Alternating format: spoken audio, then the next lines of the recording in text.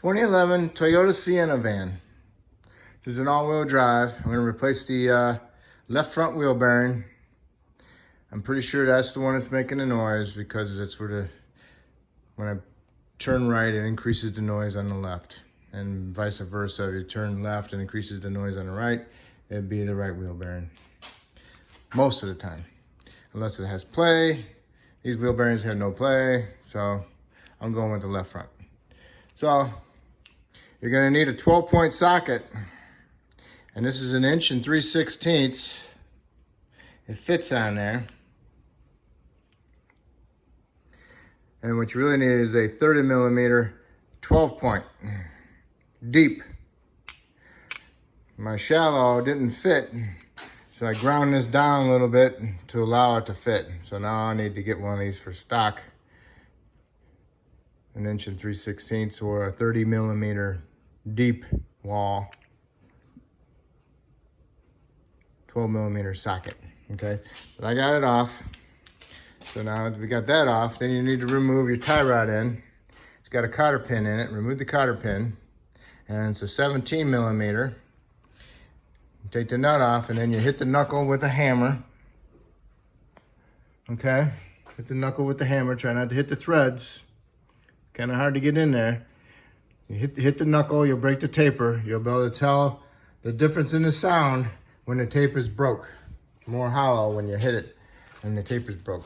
So now that you got the taper broken, the tie rod in, get the tie rod in loose. Then you want to remove your caliper. And those are 14s. Millimeters, there's 2 of them. Okay? And then you can pry your caliper off, and then you want to remove your caliper bracket. And then that is a 17mm. And you want to remove the 2 caliper brackets. Okay, pry off the caliper. Be careful, they got these little springs in there. Don't want to lose them or break them. Alright? Okay, got the caliper off. Caliper bracket bolts, there's 2 of them, one here and one up there. Okay, remove those, then you can pull this bracket off. Make sure you hold on to the bracket so it doesn't drop onto the floor and then on your foot. Here's my caliper bracket bolts, okay? These are my caliper bracket slides, my caliper slides. Make sure they're free.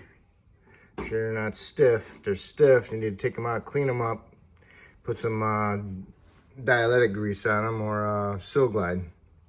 Make sure your pads move in your bracket properly. Make sure they're not tight and frozen in there. If they're frozen, you gotta take them out and clean up the slides underneath the hardware because they get full of rust and it's squeezing the pads so they don't move. All right. Next, you want to remove your rotor. If your rotor is bonded onto the hub, you need to smack the rotor in between here with a mini sledge. The vibration breaks it loose. What you might want to do is put some penetrant on it, let it soak for a little bit, and then smack it with a hammer. If you're reusing the rotor, do not smack the surface, okay? Okay, get some penetrant. Spray your dust shield bolts. There's 4 of them. 1, 2, 3, 4. Spray them down with some penetrant, let them soak. Spray down your 2 nuts on the bottom of the lower control arm for the ball joint and the bolt. And spray the 2 upper bolts that go on the strut from the knuckle. There's 2 of them. And when you're removing the dust shield bolts, they're 10mm heads. They're really small bolts. Careful you don't break them off. I broke one off into the knuckle, so I'll have to drill that out and fix it. Okay? So I can get this out. Just pull it out a little bit. There, come out. Just take 2 hands and pull it out, it'll come out. All right, if it's really rusted, then you have to replace it, okay? But I'm taking it off because it might be in the way when I'm trying to press my bearing out. Next you want to do is remove the ABS sensor. Put some penetrant all around it. It's got a 10mm head bolt. It's a small bolt. Be careful you don't break it off also. And next you want to remove the sensor. Make sure you spray it down with some penetrant. And what you do is you want to just tap on the base right here in the bottom where the bolt was with a little hammer. And hopefully it'll come on out. It's not in there real deep. It's only in there. See that rusted spot's only in there that deep, so that's good. It's not like all the other ones. All right, so then you need to remove it. And these, you just pry them up. They just clip right onto the knuckle. And you want to pick it up and put it off to the side, out of the way, so you don't damage it. And then we'll need to remove these two big bolts. Okay, the nuts are 22, the bolts are 22, and you want to remove those. Okay, here's the bolts. There's no camber adjustments on them. There's no camber adjustments on there, so you don't have to worry about having it aligned after you do this because there's no adjustments on it anyway. Okay. Once you got the bolts out, you want to tap on your axle shaft just to push it in just a little bit so you can allow this to come out a little bit more. That way it's freely moving around, okay? So now what we need to do is remove the two nuts and the bolt. Okay, here's your two nuts and your bolt for the lower control arm for the lower ball joint. Those are 17 millimeter. Then you want to do is separate those two, pry them up with a screwdriver, and then you'll have the whole thing in your hand. And remember, you want to tap the shaft out of the knuckle so you can hold on to the knuckle and pull the knuckle away. All right, what helped out a lot was I pried the lower control arm down and I stuck a 2x4 in between the stabilizer bar and the control arm. That allowed to push the control arm down farther, so I cleared the strut so I wasn't able to pick up the knuckle assembly and pull the ball joint bolts out, and then I could turn it, and then I just pulled it off of the shaft. Okay? That way, because if you have it too high, see that? The boot might hit the strut and poke a hole in it, and you'll be leaking some grease, and that's not a good thing. All right, so that's what I did. Stuck a 2x4 in between the control arm and the stabilizer bar. Okay, stick your knuckle in a vise like it is, and then you want to double check to make sure you got the right bearing. So, shouldn't have any noise. Okay? No noise. If there's no noise in it, then most likely you picked the wrong one. All right, so now you need to remove this little dust shield so you don't damage it. What you want to do is get a hammer and like a screwdriver and kind of like pound on it and pry it up, just like a dust cap. Okay? So you want to get it out of there and place it aside, and do not forget it. It's just a protector for your sensor, for the dirt and all that, for your ABS. Just get your screwdriver in there and hit the screwdriver, tap on it, light taps, and eventually just picks it up, pulls it out of there. You can do it evenly. Do it on this side and do it on this side, equal it out, okay? And there's the groove that the sensor sticks through. All right, you got your knuckle in the vise. The vise is good and tight. Or if you had a pipe that the flange just fits into and clears it, you can put it on a pipe, and your knuckle will rest on the sides of the pipe. That way you can pound the flange out. You're not supposed to use your socket, but we always do, because it always fits the right size. So what you want to do is you want to hit the socket and push the flange out of the bearing. You see how I'm hitting it, and it's moving. All right, so it's eventually going to come off of this part of the bearing, and it's going to be stuck to the other side of the bearing, and it's going to just pop right off. But now we're bottomed out onto the bench, so I got to redo it. If you had the pipe, that's what it would look like. It's supported in 3 different spots. It's pretty good. All right. Okay. One hit, boom. Came out the rest of the way. All right.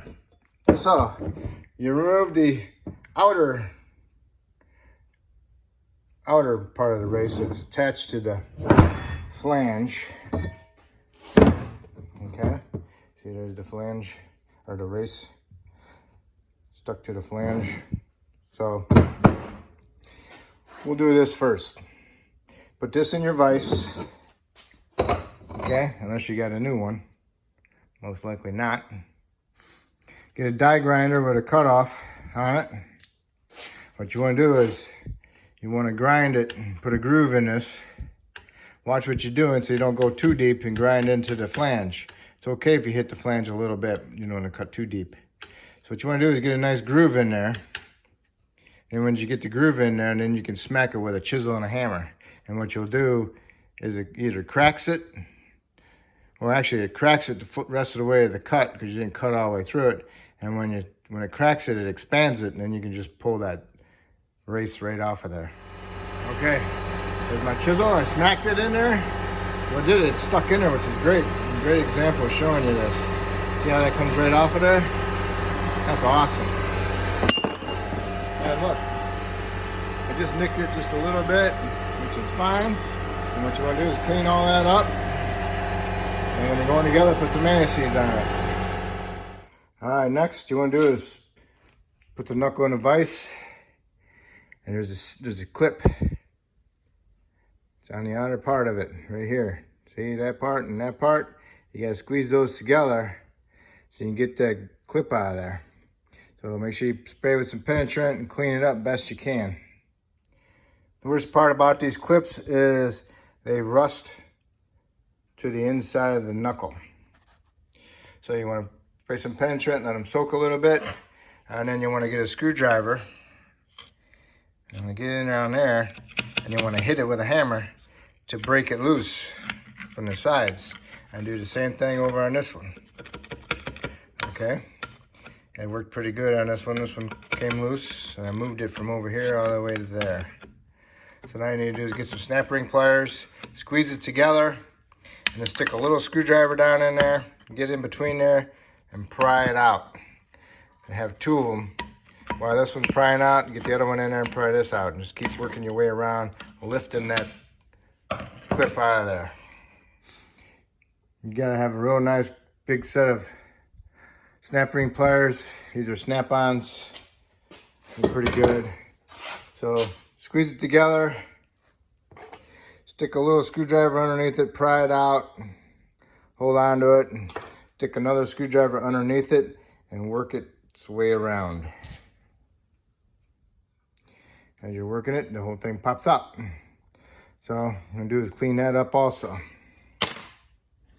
Now, you need to push this bearing out towards us. So we gotta go to the other side and push it out. Since there's really nothing to grab onto to push against on this side, you take your old race, stick it on there. Now you can use that to push against to push that whole bearing out. And you also want to support this as best as you can on this side, not onto that bearing, because you want that bearing to come out. So you want to get something to support here and there, or here and there, something equally. It's hard. But all I usually do is I'll put this on my press part, and I'll space this up on this side, and I'll try to do my best. I'll see what we find. If you had any of those dust shield bolts break, now's the time to drill them while you have the flange off. I forgot to drill them before I put the flange back in. Do not make my mistake. I drilled it out to a 7/32, and then I used a 6mm 1.0 tap, and I tapped some threads in it, so we're good to go.